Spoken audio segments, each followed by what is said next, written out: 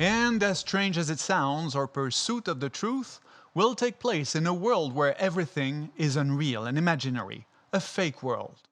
And you are already familiar with similar worlds since you access them whenever you read a novel, watch a movie, or play a game. We call them worlds of fiction. And in the world of fiction I am taking you to, I can commit to that, you will develop a superpower that you will be able to bring back with you in real life. Now starts the fiction. Picture the scene. You're walking downtown and you reach the corner of the street. On the other side, something catches your attention. A man, middle-aged, tall, strong-built, holds a little boy by the shirt and violently slaps him in the face. First superpower. I freeze time in order for us to assess what happened. Everyone and everything is on pause. I'd like you to focus on the reaction you would have should you be exposed to that situation. How would you feel? What would you think? What would you do?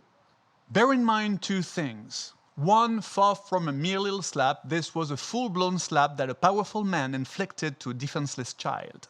Two, you saw the slap, but you also heard the actual hit on the boy's cheek.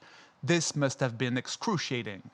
In such circumstances, 84% of people condemn the violence, 68% fear the kid will be hit again, 67% wish to call the police, 21.5% want to intervene directly, and 93% consider him to be a bad man.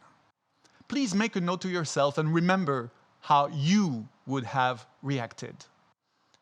I will now use a second superpower and take us back in time, 30 seconds in the past. When you reach the corner of the street, you witnessed the same situation only 30 seconds before what you saw the first time. This is what happens. On the sidewalk, the boy is holding the hand of the man who in this context appears to be his father. The kid's attention is captured by a small kitten on the other side. He then lets go of his father's hand and crosses the street. At the same time, a huge truck drives down the street fast, too fast, and it will hit the little boy. But in a split second, the father literally dives on the street, scratching his stomach on the asphalt, catches his son by the shirt, quickly rolls toward the sidewalk where they are back to safety. The father is in a very fragile emotional state. He nearly lost the most invaluable person in the world to him, the little boy, who doesn't even realize that he had just escaped an almost certain death.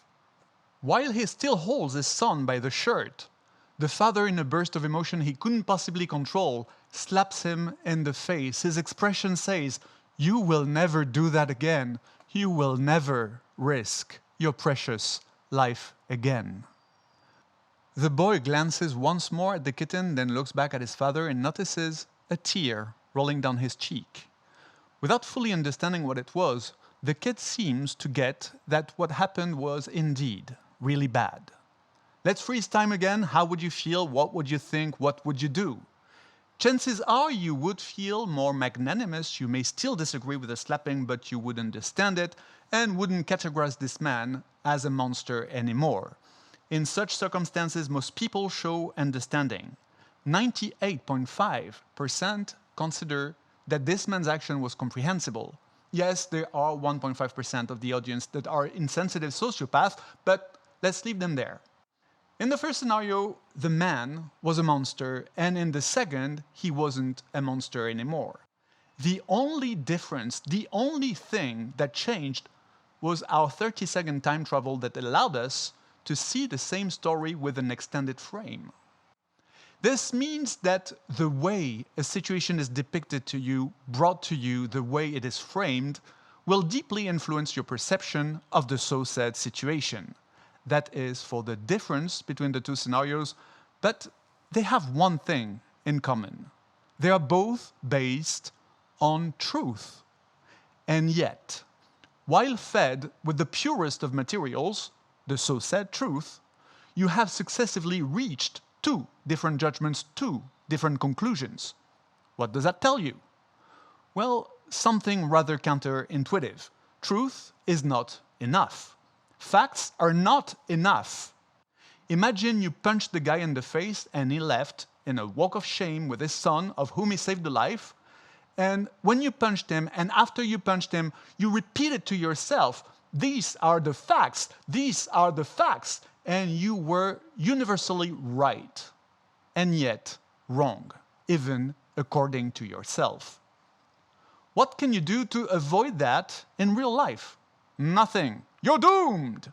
Unless you bring back a superpower you had in the world of fiction, the power to freeze time and suspend your judgment. You have that power that allows you to examine the frame of the situation you're facing.